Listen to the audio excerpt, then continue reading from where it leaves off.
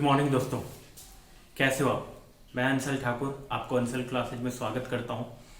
दोस्तों आज हम लोग मैथमेटिक्स की एक बहुत ही इम्पोर्टेंट चैप्टर कह लो क्लास 9th क्लास 10th के लिए क्वाड्रेटिक इक्वेशन पढ़ने जा रहे हैं। बहुत ही ज़्यादा इम्पोर्टेंट है क्लास 10th के लिए। अभी जिन बच्चों का टर्म 2 होने वाला है उनके लिए क्वाड्रेटिक इक्वेशन आपके लिए बहुत इंपॉर्टेंट है। इस चैप्टर से आपको फैक्टर्स निकालने क्वेश्चन पूछा जा सकता है, फैक्टर से रिलेटेड क्वेश्चन पूछा जा सकता है, जीरोज से रिलेटेड क्वेश्चन पूछा जा सकता है। उसके बाद relationship between zeros, sum of zeros, product of zeros.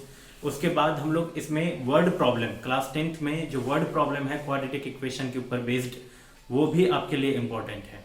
तो आइए हम आज की क्लास उन्हीं सब क्वेश्चन के बारे में देखने की कोशिश करते हैं। लगभग 2-3 वीडियो में मैं आपको पूरी कोशिश करूंगा आपको पूरी तरीके से समझ में आ जाए। आज की क्लास में पूरी तरीके से बेसिक क्वाड्रेटिक इक्वेशन क्या है, इसको सॉल्व कैसे किया जाए, उसके बारे में बताने जा रहा हूं। तो हाँ दोस्तों, हम लोग सीखते हैं कि क्वाड्रेटिक इक्वेशन क्या है। देखिए, जैसे क्वाड्रेटिक इक्वेशन हिंदी नाम ही है द्विघात समीकरण, मतलब एक ऐसा कोई अलजेब्रिक एक्सप्रेशन जिसकी डिग्री क्या हो, मैक्सिमम डिग्री क्या हो, वो हो 2। मतलब एक ऐसा क्वाड्रेटिक इक्वेशन, ऐसा कोई अलजेब्रिक एक्सप्रेशन जिसकी डिग्री अगर 2 है तो वो कहलाएगा आपका quadratic equation. Generally quadratic equation का जो जनरल फॉर्म होगा वो ax² + bx + c = 0। देखो, अलजेब्रिक एक्सप्रेशन कई तरीके से होते हैं, जैसे लीनियर हो सकता है, क्वाड्रेटिक हो सकता है, क्यूबिक हो सकता है। लीनियर जैसे कि अगर मान के चलो, मैं एक एग्जांपल आपको बता देता हूं, x + 3 = 7। तो यहां पर मैक्सिमम डिग्री क्या है, मैक्सिमम डिग्री आप कहोगे डिग्री क्या होता है, तो जो वेरिएबल होता है, वेरिएबल कहने का मतलब जिसकी वैल्यू मैं फिक्स्ड नहीं कर सकता, जिसकी वैल्यू मैं फिक्स्ड नहीं कर सकता। जैसे यहां पर x क्या है, एक वेरिएबल है, इसका कोई मतलब नहीं है कि x क्या है। यहां पर इसको सॉल्व करने के बाद अगर मैं x की वैल्यू मैं निकालूं तो वो उसका वैल्यू होगा, लेकिन अभी मैं नहीं कह सकता कि x क्या है। जैसे अभी आप ये नहीं कह सकते कि x क्या है यहां पर, तो x इज अ वेरिएबल। कोई भी यहाँ पर जैसे अलजेब्रिक नोटेशन दिया रहेगा, जैसे a b c d या कोई भी लेटर अगर दिया हुआ है, वो सब यहाँ पर वेरिएबल कहलाएंगे। और जो नंबर फिक्स्ड है, जैसे 3 एक फिक्स्ड नंबर है, कहीं भी है तो 3 है, 7 एक फिक्स्ड नंबर है, इसे हम कहेंगे कांस्टेंट। तो वेरिएबल, कांस्टेंट, इन सब को जब मैथमेटिकल साइन के साथ एक करके लिख दिया जाता है तो वो कहलाता है अलजेब्रिक एक्सप्रेशन।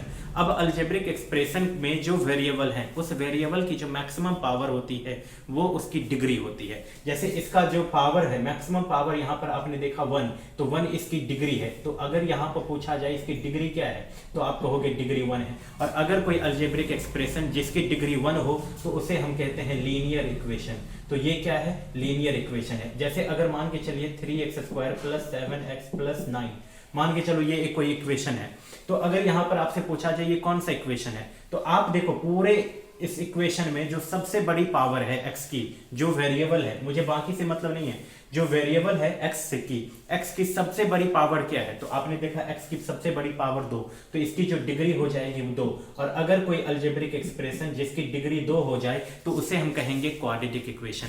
तो ये क्या क्वाड्रेटिक इक्वेशन कहलाएगा, आपको यस सर ये क्वाड्रेटिक इक्वेशन कहलाएगा। जैसे अगर मान के चलिए ये ax³ + 9x² + 7x + 5, अगर मान के चलो मैंने ये एक इक्वेशन लिखा, यहां पर चलो कोई नंबर ही ले लो आप, 6x³, तो ये क्या है, यहां पर मैक्सिमम डिग्री कितनी है, आप कहोगे मैक्सिमम डिग्री 3 है, मैक्सिमम पावर क्या है 3। तो जो मैक्सिमम पावर होती है वही उसकी डिग्री कहलाती है। तो यहाँ पर डिग्री क्या है, यहाँ पर डिग्री है 3। और अगर कोई अलजेब्रिक एक्सप्रेशन जिसकी डिग्री 3 हो उसे हम कहेंगे क्यूबिक पॉलिनोमियल कह लो या क्यूबिक इक्वेशन कह लो, क्यूबिक पॉलिनोमियल या क्यूबिक इक्वेशन। तो आई थिंक आपको ये समझ में आ गया कि लीनियर इक्वेशन क्या हुआ, क्वाड्रेटिक इक्वेशन क्या हुआ, क्यूबिक इक्वेशन क्या हुआ। जिसकी डिग्री अगर 1 है, पूरे इक्वेशन में मैक्सिमम पावर अगर 1 है तो वो कहलाएगा लीनियर इक्वेशन। और लीनियर इक्वेशन में जितने वेरिएबल हैं, तो लीनियर इक्वेशन में अगर एक वेरिएबल है तो लीनियर इक्वेशन इन 1 वेरिएबल कहलाएगा। जैसे अगर देखो यहाँ पर एक एग्जांपल, x + 3y = +7, तो ये एक इक्वेशन है। अब यहां पर इसकी मैक्सिमम पावर कितनी है, मैक्सिमम पावर है 1, सबका x का भी पावर 1 है और y, यहां पर दोनों वेरिएबल है, x और y दोनों वेरिएबल, और इन दोनों की मैक्सिमम पावर 1 है। अगर मैक्सिमम पावर 1 है तो ये लीनियर इक्वेशन कहलाएगा। अब लीनियर इक्वेशन में भी ये भी लीनियर इक्वेशन है, ये भी लीनियर इक्वेशन है। इस लीनियर इक्वेशन में वेरिएबल एक ही है, वो है x। इस लीनियर इक्वेशन में वेरिएबल दो है, तो ये कहलाएगा linear equation in two variable, ये कहलाएगा linear equation in one variable. तो आपके जो चैप्टर है ना linear equation in two variable, linear equation in one variable, class 9 और क्लास 10 में, तो आपको अब समझ में आ गया कि linear equation in one variable क्या होगा और linear equation in two variable. Linear equation का मतलब डिग्री 1 होनी चाहिए, एक वेरिएबल मतलब होगा कि एक ही, या तो x होगा, y होगा, z होगा, a b c कुछ भी एक ही होगा। टू वेरिएबल में कोई दो वेरिएबल होगा, या तो एक्स वाई होगा, वाई जेड होगा, ए बी होगा, सी डी होगा, कुछ भी कोई दो वेरिएबल होना चाहिए, वो कहलाएगा linear equation in two variable. तो आई थिंक आपको इतनी बातें क्लियर हो गई कि लीनियर इक्वेशन क्या हुआ, क्वाड्रेटिक इक्वेशन क्या हुआ, क्यूबिक इक्वेशन क्या हुआ। आज की क्लास हम लोग पढ़ने जा रहे हैं क्वाड्रेटिक इक्वेशन को, तो मैं मेनली फोकस करूंगा क्वाड्रेटिक इक्वेशन पे। जो यहां पर जो मैक्सिमम डिग्री है वो आपने देखा कि 2, इस वजह से ये क्वाड्रेटिक इक्वेशन होगा, ये इसका जनरल फॉर्मूला होगा। कोई भी क्वाड्रेटिक इक्वेशन इस फॉर्म में आपको जरूर दिखाई देगा, और अगर नहीं है तो उसे हम चेंज कर सकते हैं, उसे हम बना सकते हैं, क्वाड्रेटिक इक्वेशन दिखा सकते हैं कि हाँ ये क्वाड्रेटिक इक्वेशन है। ये जो a है, ये a है कोफिशिएंट ऑफ एक्स स्क्वायर, ये है coefficient of x square. Coefficient का मतलब होता है गुणांक, गुणांक हिंदी में कहा जाता है इसको गुणांक, मतलब गुना में जो अंक होगा, जो नंबर गुना में होगा, मल्टीप्लिकेशन में होगा, उसे हम कहेंगे कोफिशिएंट। यहाँ a एक्स स्क्वायर है, तो ये a जो है वो एक्स स्क्वायर के साथ मल्टीप्लिकेशन फॉर्म में है, a इंटू एक्स स्क्वायर, तो a इसका कोफिशिएंट कहलाएगा। x का कोफिशिएंट क्या है, x का कोफिशिएंट b है, और c क्या है, तो c हमारा कांस्टेंट है। तो एक्स स्क्वायर का कोफिशिएंट a, x का कोफिशिएंट b और c का कोफिशिएंट c एक हमारा कांस्टेंट है, यानी कोई नंबर होगा। जैसे अगर मान के चलो मैं एक एग्जांपल लिखता हूं, x square plus 7x plus में 12।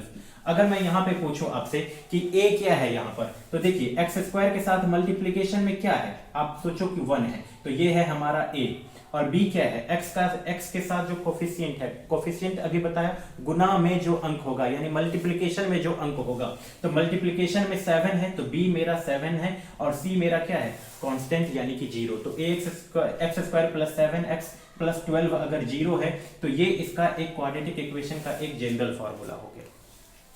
अब क्या होगा, कोई क्वाड्रेटिक इक्वेशन देता है और उसको कहेगा क्वाड्रेटिक इक्वेशन के मुझे जीरोज बताइए।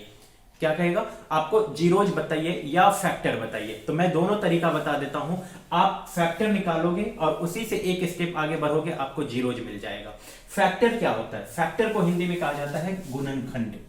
फैक्टर को हिंदी में कहा जाता है गुणनखंड, मतलब अगर कोई नंबर उसको मल्टीप्लिकेशन के फॉर्म में तोड़ के आप लिख दीजिए, मल्टीप्लिकेशन में, जैसे अगर मान के चलो 12 एक नंबर है, 12 एक नंबर है, लेकिन अगर इसका फैक्टर कहा, फैक्टर फॉर्म, तो आप इसको 12 को क्या लिख सकते हो, 1 इंटू 12, ये इसका फैक्टर फॉर्म हुआ। मतलब 12 को मैंने तोड़ दिया, टुकड़ा में तोड़ दिया, 1 और 12 इन दोनों को मल्टीप्लाई करने पर 12 हो रहा है, मतलब 12 हो रहा है, तो ये इसका फैक्टर हुआ। जैसे इसको मैं लिख सकता हूं 2 इंटू 6, तो देखिए इसी 12 को मैंने तोड़ दिया 2 इंटू 6 में, तो ये इसका फैक्टर होगा, गुणनखंड होगा। इसी को मैं 3 इंटू 4 लिख दूं, तो ये आप कहोगे यस सर ये अभी भी 12 हो रहा है, तो 3 इंटू 4 ये भी क्या होगा, ये भी इसका फैक्टर होगा। मतलब 3 और 4 दोनों इसके फैक्टर होंगे। फैक्टर का मतलब ये हुआ कि इससे इसमें पूरी तरीके से कंप्लीटली डिविजिबल होगा। जैसे 3 से 12 कंप्लीटली डिविजिबल है, 4 से 12 कंप्लीटली डिविजिबल है, 2 से 12 कंप्लीटली डिविजिबल है, 6 से कंप्लीटली डिविजिबल है, 1 और 12 से भी कंप्लीटली डिविजिबल है। तो फैक्टर का मतलब वो नंबर जिसको किसी और नंबर से मल्टीप्लाई करूं तो यही नंबर आ जाए। जैसे 3 क्या इसका फैक्टर है, तो 3 को किसी नंबर से मल्टीप्लाई करके देखो, अगर ये 12 देता है तो इसका फैक्टर होगा 3 इसका फैक्टर होगा। जैसे मैं पूछना चाहता हूं क्या 5 इसका फैक्टर होगा, आप कहोगे सर ऐसा कोई नंबर नहीं है 5 का जिसको इससे मल्टीप्लाई करूं तो ये आपको क्या दे दे, 12 दे दे, तो ये इसका कहलाएगा फैक्टर। फैक्टर नहीं कहलाएगा, ये सब इसके फैक्टर कहलाएंगे। तो फैक्टर निकालने कहेगा तो आपको यही सोचना है ऐसा कौन सा दो नंबर है जिसको मल्टीप्लाई करूं तो फिर से यही चीज मुझे मिल जाए, x square plus 7x plus 12। अब अगर आपको ये नहीं निकालने आता है तो एक तरीका सीखो, आप क्या करोगे, इस a को और इस c को मल्टीप्लाई कर लोगे मन में कर लो या साइड में कहीं पर आप रख लो। जैसे यहां पर देखो ये 1 है और ये 12 है, 1 और 12 को आपने मल्टीप्लाई कर लिया, 1 और 12 को मल्टीप्लाई कर लिया, मैंने देखो यहां पर साइड में लिख दिया है अभी 12 लिख दिया। अब आप इस 12 को ऐसे दो पार्ट में सेपरेट करो, ऐसे दो पार्ट में आपको सेपरेट करना है कि जोड़ूं या घटाऊं, जोड़ने या घटाने पर ये बीच वाला आए। इसी को कहा जाता है मिडिल टर्म स्प्लिटिंग मेथड या फैक्टराइजेशन मेथड, दोनों नाम आप दे सकते हो इसे कहेंगे मिडिल टर्म स्प्लिटिंग मेथड। हमें कुछ नहीं करना है, ये जो 7x है ना, इसको तोड़ देना है, दो ऐसे टर्म में, ऐसे भाग में तोड़िए कि जोड़ूं या घटाऊं उन दोनों नंबर को, तो 7 हो, मल्टीप्लाई करूं तो a और c को मल्टीप्लाई करने पर जितना आया यानी 12 होना चाहिए, जैसे यहां पर 12 हो रहा है। तो जैसे देखो 12 में 1 ऐड करने पर 7 नहीं होता, ना तो माइनस करने पर 7 होता है। 6 में 2 ऐड करने पर ना तो 7 होता है, ना माइनस करने पर 7 होता है। 3 और 4 को ऐड करने पर 12 होता है, सॉरी ऐड करने पर 7 होता है, मल्टीप्लाई करने पर 12 होता है। तो हमारा जो पेयर बना 3 और 4 का पेयर बना। तो इस 7x को ना आपको बस कुछ नहीं करना है, बस इसको 3x प्लस 7x में लिख, 3x प्लस 4x आपको लिख देना है और प्लस में 12 ये एज इट इज आपको छोड़ देना है। अब क्या करना है, अब दो टर्म को हमें डिसाइड करनी है, इन दोनों टर्म में से हमें कॉमन डिसाइड करनी होती है। इन दोनों में से मैंने एक कॉमन ले लिया x, यहां पर बच गया x और यहां पर 3। अब यहां पर आपको 4 और 12 में क्या कॉमन दिख रहा है, 4 कॉमन ले लिया मैंने, यहां पर x प्लस में 3 इज इक्वल टू 0। अब क्या करना है कि जो दोनों में कॉमन आया, देखो इन दोनों टर्म में, अब ये दोनों एक टर्म है, इन दोनों टर्म में क्या कॉमन है, x प्लस 3 यहां भी है, x प्लस 3 यहां भी है, तो मैं क्या करूंगा x प्लस 3 कॉमन ले लेता हूं। अब यहां पर बच क्या जाता है, x प्लस 3 अगर मैंने कॉमन ले लिया तो यहां पर बच जाता है x, यहां पर x प्लस 3 अगर कॉमन ले लिया तो यहां पर बच जाता है 4, तो x plus 3 into x plus 4 is equal to 0। अब अगर कहेगा आपको एग्जाम में कि फैक्टर फॉर्म में दिखाओ, तो मैं 0 नहीं करूंगा, ये 0 करते हुए नहीं आऊंगा। लेकिन अगर अब आप 10th में हो, तो अगर आपको कह रहा है जीरोज मुझे बताओ, तो शुरू से मैं 0 करते आऊंगा और अब यहां पर आकर के 0। अब आप ये बताओ कि अगर कोई दो नंबर है, एक नंबर है a, एक नंबर है b, इन दोनों को मल्टीप्लाई किया 0 आया, इन दोनों को मल्टीप्लाई किया 0 आया। आप कहोगे कि सर ऐसा तो एक ही सिचुएशन होता है कि इन दोनों में से कोई एक हमारा 0 हो, इन दोनों में से कोई एक हमारा 0 हो, तभी जाकर के किसी दो नंबर को मल्टीप्लाई करूं और प्रोडक्ट हमारा 0 हो जाए, ऐसा तभी पॉसिबल होता है कि उन दोनों में से कोई एक हमारा 0 हो। तो इसका मतलब मैंने समझ लिया कि या तो a मेरा 0 है या तो b मेरा 0 है। अब किसी को ये नहीं बता सकता कौन सा 0 है, तो मैं क्या करूंगा, बारी बारी से दोनों को 0 की इक्वल करूंगा, या तो मेरा x प्लस 3 0 है या तो मेरा x प्लस 4 0 है। तो यहां से मैंने देखा कि x की वैल्यू क्या हो जाएगी, x की वैल्यू मेरी -3 हो जाएगी और यहां से x की वैल्यू मेरी -4 हो जाएगी। तो ये इसके जीरोज होंगे, x square plus 7x plus 12 के दो वैल्यू पॉसिबल हैं, -3 एंड -4, ये इसके जीरोज होंगे। अब जीरोज होंगे, इसका क्या मतलब हुआ, इसका क्या मतलब होता है, अगर मैंने कहा ये इसका जीरोज है, x square plus 7x plus 12 का जीरोज है -3 एंड -4, इसका क्या मतलब होता है, इसका मतलब होता है सर कि अगर आप x के जगह इस इक्वेशन में -3 या -4 पुट कर दो तो ये पूरा का पूरा इक्वेशन 0 हो जाएगा। आप इस बात को चेक कर सकते हो, जीरोज का मतलब हुआ x का वैसा वैल्यू जो इस इक्वेशन में पुट करूं और पूरे इक्वेशन को 0 कर दे, वो वैल्यू उसके जीरोज कहलाएंगे। जैसे यहां से देखो x का वैल्यू मैं पुट करता हूं, पुट x इक्वल टू -3, मैं -3 पुट करके देखता हूं, मेरा जो इक्वेशन था x square plus 7x plus 12, अब मैं चेक करता हूं क्या ये 0 होता है। x का वैल्यू आप -3 पुट करो तो -3 का स्क्वायर प्लस 7 इंटू -3 प्लस में 12। अब देखो -3 का स्क्वायर ये तो प्लस 9 होगा, 7 इंटू -3 21 प्लस 12, सॉरी प्लस 12। तो आप देखो 12 प्लस 9 21 माइनस 21, आपने देखा कि ये 0 हो गया। ठीक उसी तरीके से आप x की वैल्यू -4 पुट करके देखो, ये पूरे इक्वेशन को 0 कर देगा। तो आई थिंक आपको अब समझ में आया कि फैक्टर क्या होता है और जीरोज क्या होता है। फैक्टर का मतलब इन दोनों को मल्टीप्लाई करने पर यही नंबर आएगा। आप इसको भी चेक कर सकते हो, इन दोनों को मल्टीप्लाई करूंगा तो यही होगा। फैक्टर का मतलब अभी जस्ट बताया कि वैसा दो नंबर जिसको मल्टीप्लाई करूं तो वो नंबर आए, तो वो दोनों उसके फैक्टर कहलाएंगे। आप मल्टीप्लाई करके देख सकते हो, x प्लस 3 को x प्लस 4 से मल्टीप्लाई करो तो आपको x square plus 7x plus 12 मिलेगा। आइए दोस्तों, अब हम कुछ क्वेश्चंस के साथ इसकी प्रैक्टिस कर लेते हैं। अभी तक मैंने जितना आपको क्वाड्रेटिक इक्वेशन में बताया कि किसी क्वाड्रेटिक इक्वेशन का हम फैक्टर कैसे निकालेंगे या उसका जीरोज कैसे निकालेंगे, वो मैं एक बार इन क्वेश्चंस के थ्रू आपको फिर से समझा देता हूँ। देखिए, अब आप जब भी कोई क्वाड्रेटिक इक्वेशन देखो तो अभी मैंने आपको बताया कि एक्स स्क्वायर के पास जो कोफिशिएंट है ये, और ये जो नंबर है सी, ए और सी को आपको मन में मल्टीप्लाई करनी है, या अभी आप शुरुआत में कहीं पर साइड में लिख भी सकते हो। जैसे 1 और 5 को मैंने मल्टीप्लाई किया तो 5 आया।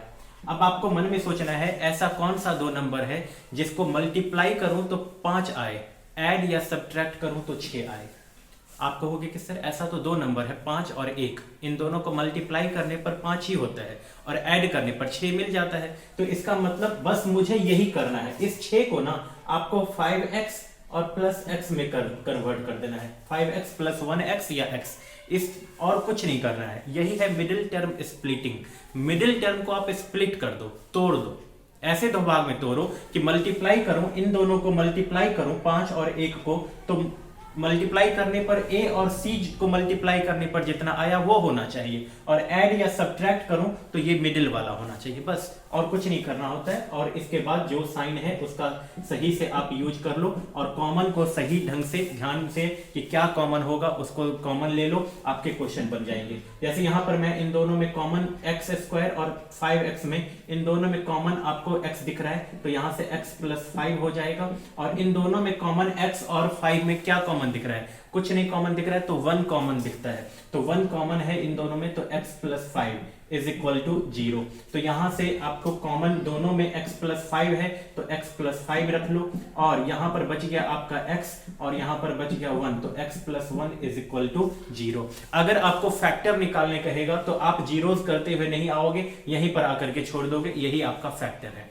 अगर आपको कहा कि जीरोज निकालो तो एक स्टेप आगे बढ़ना है। अब दोनों में से कोई एक जीरो है, मुझे नहीं पता कौन सा जीरो है, तो x प्लस 5 को जीरो के इक्वल करो और x प्लस 1 को जीरो के इक्वल करो। यहां से आपको x की वैल्यू -1, यहां से आपको x की वैल्यू -5। मतलब इस क्वाड्रेटिक इक्वेशन के दो जीरोज हैं, x के दो वैल्यू पॉसिबल हैं, मतलब एक तो -5 और एक -1। जीरोज का मतलब मैंने समझा दिया कि अगर x के जगह ये वैल्यू पुट कर दिया जाए तो ये पूरा का पूरा इक्वेशन जीरो हो जाएगा। -22x -21।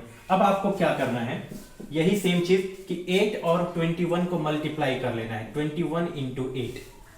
अब ऐसे दो नंबर ढूंढो। अब कुछ बच्चे क्या करने लगते हैं कि 28 इंटू 1 यानी 168, इसका फिर से प्राइम फैक्टर करेंगे और ऐसे दो पेयर ढूंढेंगे जहां जिनको ऐड करने पर 22 और या सब्ट्रैक्ट करने पर 22 आए, मल्टीप्लाई करने पर 168 आए। चीजें वही होगी, लेकिन आप क्या करो, अब आप थोड़ा सोचो कि 21 इंटू 8 लिखना या 168 लिखना, जस्ट इक्वल, दोनों में से कुछ भी लिखूं। इस 21 को आप ऐसे सोचो, क्या लिख सकते हो, 3 इंटू 7 लिख सकते हो। इस 24 को क्या लिख सकता हूं मैं, 8 को 4 इंटू 2 लिख सकता हूं। अब आप ऐसे दो पेयर ढूंढो जिन दोनों को मल्टीप्लाई करूं तो 21 इंटू 8 हो, और ऐड करूं या सब्ट्रैक्ट करूं तो 22 हो। जैसे यहां पर मैंने देख लिया कि 7 इंटू 4 28 होता है, और 3 इंटू 2 6 होता है, तो 28 इंटू 6 ऐड मल्टीप्लाई करने पर यही होगा 28 इंटू यानी 168 ही होगा, और 28 में से 6 माइनस करने पर 22 हो जाता है।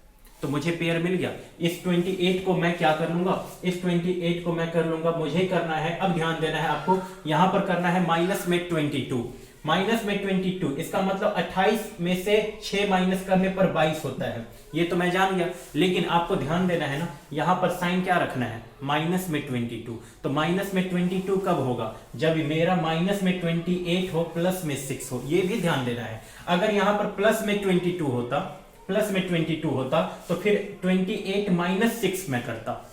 ये बातें आपको थोड़ी सी ध्यान में रखनी है कि अगर मुझे यहां पर माइनस में 22 लानी है तो माइनस में 28 रखूंगा और प्लस में 6 रखूंगा। जैसे यहां पर मैं इन दोनों में से प्लस में 6 रखूंगा और माइनस में 22 रखूंगा, और माइनस में 21 is equal to 0। 8x square को एज इट इज आपको छोड़ देना है, इसे कुछ नहीं करना है, बस यही मिडिल टर्म को स्प्लिट कर दो, आपको कुछ नहीं करना है। अब आपको क्या करना है, दोनों में से कॉमन ढूंढना है। कोई दो टर्म, इन दोनों टर्म को लिया, इन दोनों टर्म को लिया, इन दोनों में से आपको कॉमन ढूंढना है। जैसे इन दोनों में क्या कॉमन है, मुझे सिर्फ 2 ही कॉमन दिख रहा है और x कॉमन दिख रहा है, 2x कॉमन ले लिया तो यहां से बच गया 4x और यहां पर बच गया 3। इन दोनों में क्या कॉमन दिख रहा है, इन दोनों में क्या कॉमन दिख रहा है, कि अब आप 21 और इसमें से क्या कॉमन दिख रहा है आपको, 7 अगर मैं कॉमन लेता हूं, यहां पर 28 था, यहां पर 28 था, अगर मैं इन दोनों में से 7 कॉमन लेता हूं तो यहां पर हो जाएगा 4x और यहां पर हो जाएगा प्लस में 3। तो आपने देखा कि दोनों जगह 4x प्लस 3 दोनों जगह कॉमन है, तो 4x प्लस 3 और यहां पर बच गया आपका 2x माइनस में 7 is equal to 0। 2x minus 7 is equal to 0। तो अब यहां से आपको पता चल गया कि दोनों में से कोई एक 0 है, तो या तो 4x प्लस 3 मेरा 0 है, या तो 2x माइनस 7 मेरा 0 है। यहां से x की वैल्यू जो हो जाएगी वो हो जाएगी 7/2। यहां से जो x की वैल्यू हो जाएगी वो हो जाएगी मेरी माइनस में 3/4। अब नेक्स्ट क्वेश्चन हमारा 5x² minus 13x plus 8 is equal to 0।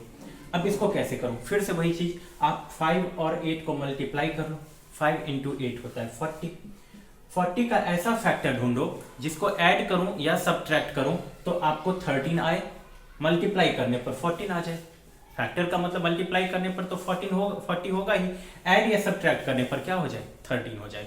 तो आपने कहा सर 40 का जो फैक्टर होता है 5 और 8 मल्टीप्लाई करने पर 40 होता है, 5 और 8 ऐड करने पर मुझे 13 मिल जाता है। अब यहां पर ध्यान देना है, यहां पर आपको माइनस में 13 रखनी है। इसका मतलब हुआ कि मैं -5 को अगर मल्टीप्लाई करूं -8 के साथ तो प्लस में 40 और -5 -8 प्लस में होकर के -5 प्लस -8, तो आप कहोगे इन दोनों को अगर ऐड करता हूं तो ये हो जाता है माइनस में 13। तो माइनस में 13 मुझे 5 और -8 का पेयर मिल गया, तो इसका मतलब मैं इसको लिख सकता हूं -5x minus 8x plus 8 is equal to 0 और यहाँ 5x² आपको एज इट इज रखनी है। अब आपको वही सेम कुछ करना है, इन दोनों में से कॉमन लिख लो। 5x अगर मैं इन दोनों में से कॉमन ले लेता हूं, यहाँ पर बच जाता है x, यहाँ पर बच जाता है -1, यहाँ पर इन दोनों में से मैं -8 कॉमन ले लेता हूं, यहाँ से x -1 बच जाएगा। x -1 दोनों जगह कॉमन है तो आप x -1 कॉमन ले लो, यहाँ से बच जाएगा 5x माइनस में 8 इज इक्वल टू 0। तो यहाँ से अब यहाँ से या तो x -1 मेरा 0 है तो इसका मतलब x की वैल्यू मेरी 1 होगी, यहाँ से 5x माइनस 8 इक्वल टू 0 होगा, तो यहाँ से x की वैल्यू जो होगी वो 8/5 होगी। तो ये दोनों वैल्यू पॉसिबल हैं, मतलब इस इक्वेशन के दो जीरोज हो गया। x का वैल्यू या तो 1 होगा या x की वैल्यू 8/5 होगी, x की वैल्यू 8/5 होगी, ये इसके दो जीरोज हो गए। नेक्स्ट क्वेश्चन हम लोग रूट वाले में भी कंफ्यूजन होता है, ये सब तो कर लेते हैं, उन्हें अब समझ में आ जाएगा, लेकिन रूट में उन्हें कुछ में कंफ्यूजन हो जाती है कि इन्हें मैं कैसे करूंगा। जैसे एक क्वेश्चन मैंने ले लिया x² plus 2 root x 2 root 2x minus में 6 इक्वल टू 0। अब आपको यहां पर x² के साथ जो नंबर है जैसे 1, इस दोनों को मल्टीप्लाई किया तो आपको तो पता चल गया कि 6 आ रहा है, -6 हो रहा है। अब ऐसे दो फैक्टर ढूंढो 6 का जिसको ऐड या सब्ट्रैक्ट करूं तो क्या हो जाए 2 रूट 2। आप कहोगे कि सर रूट 2 में तो ऐसा कोई नंबर फैक्टर मैंने नहीं देखा है, लेकिन अब देखो यहां पर 6 का फैक्टर में 2 और 3 होता है, 2 और 3, और 2 को मैं लिख सकता हूं रूट 2 इंटू रूट 2। तो आपको यही सोचना है कि हमें एक ऐसा पेयर लेना है जिस दोनों के पास रूट 2 होगा, जिस दोनों के पास रूट 2 होगा तभी जाकर के ऐड या सब्ट्रैक्ट होने पर वो 6 देगा। जैसे यहां पर देखो, मैं अगर एक पेयर ले लूं 3 रूट 2 और एक पेयर ले लूं रूट 2, 3 रूट 2 को रूट 2 से मल्टीप्लाई करने पर 6 हो जाएगा, क्योंकि रूट 2 को रूट 2 से मल्टीप्लाई करूंगा तो 2 और 3 को 2 से मल्टीप्लाई करने पर 6, और 3 रूट 2 में से 1 रूट 2 माइनस करने पर आपको 2 रूट 2 मिल जाएगा। तो यानी माइनस करने पर 2 रूट 2 आ गया और मल्टीप्लाई करने पर 6 आ गया। तो इसका मतलब हमारा जो पेयर हो जाएगा ये x², इस 2 रूट 2 को मैं ऐसे लिख सकता हूं 3 रूट 2x माइनस में रूट x। अब कुछ बच्चे यहां पर भी गलती कर देते हैं, रूट अंडर 1x या आप सिंपली रूट अंडर 2x, ऐसे x अलग होना चाहिए, x अलग लिखना है, -6 इक्वल टू 0। अब कुछ बच्चे यहां पर ये भी कर देंगे कभी कभार, रूट 2 माइनस 3 रूट 2 कर लेंगे, लेकिन यहां पर ध्यान देना आपको कि रूट 2 में से अगर आप 3 रूट 2 माइनस करोगे तो ये तो वैल्यू फिर माइनस में आ जाएगी, लेकिन यहां पर आपको वैल्यू प्लस में रखनी है। प्लस में तब आएगी जब बड़ी वैल्यू मेरी प्लस में हो, छोटी वैल्यू माइनस में हो। तो इस वजह से मैंने 3 रूट 2 को प्लस में रखा और रूट 2 को मैंने माइनस में रखा। ताकि इन दोनों को माइनस करने पर प्लस में 2√2 आ जाए। ये अब आपको समझ में आ गया। अब यहां से मैं x कॉमन ले लेता हूं, दोनों में x जगह कॉमन है, तो यहां से मैंने x कॉमन ले लिया, तो यहां पर बच गया x और यहां पर बच गया 3√2। यहां से अगर मैं दोनों में से आपको √2 कॉमन ले लेता हूं तो यहां पर बच जाता है x और यहां पर बच जाता है प्लस में 3√2। अब क्या करना है, दोनों को जीरो के इक्वेट करना है, x प्लस 3√2 इक्वल टू 0 और कॉमन ले लो, अभी कॉमन x प्लस 3√2 इनटू में x माइनस में √2 इज इक्वल टू 0, ये √2 है। अब आप क्या करो, यहां से x plus 3√2 is equal to 0 और यहां से x माइनस में √2 इक्वल टू 0। यहां से x की वैल्यू जो हो जाएगी माइनस में 3√2 हो जाएगी, यहां से x की वैल्यू जो हो जाएगी वो √2 हो जाएगी। मतलब इस क्वाड्रेटिक इक्वेशन के दो जीरोज हो गए, एक तो हो गया माइनस में 3√2 और दूसरा हो गया आपका √2। तो ये आपको क्लियर हो गया कि ये किस तरीके से इसका हम जीरोज ले लेंगे, जीरोज निकालेंगे। एक last question, √3x² plus 10x plus 7√3। अब अभी जस्ट मैंने शुरू से मैं बताते आ रहा हूं कि इस √3 को, मतलब यहां जो नंबर है इसको इसके साथ मल्टीप्लाई कर लो। 7√3 को √3 से मल्टीप्लाई करने पर आप कहोगे √3 इंटू √3 3 इंटू 7 मतलब 21। अब 21 मिल रहा है आपको, मतलब ऐसे दो नंबर जिसको मल्टीप्लाई करूं तो 21 आए और ऐड या सब्ट्रैक्ट करूं तो 10 आए। आप कहोगे कि सर 7 और 3 वही दो नंबर हैं जिनको मल्टीप्लाई करने पर तो 21 हो जाएगा और ऐड करूं तो 10 हो जाएगा। मतलब मुझे पता चल गया कि इसको एज इट इज रखना है, बस इस 10 को ना आप 7x प्लस में 3x कर लो और प्लस में 7√3 कर लो इक्वल टू 0।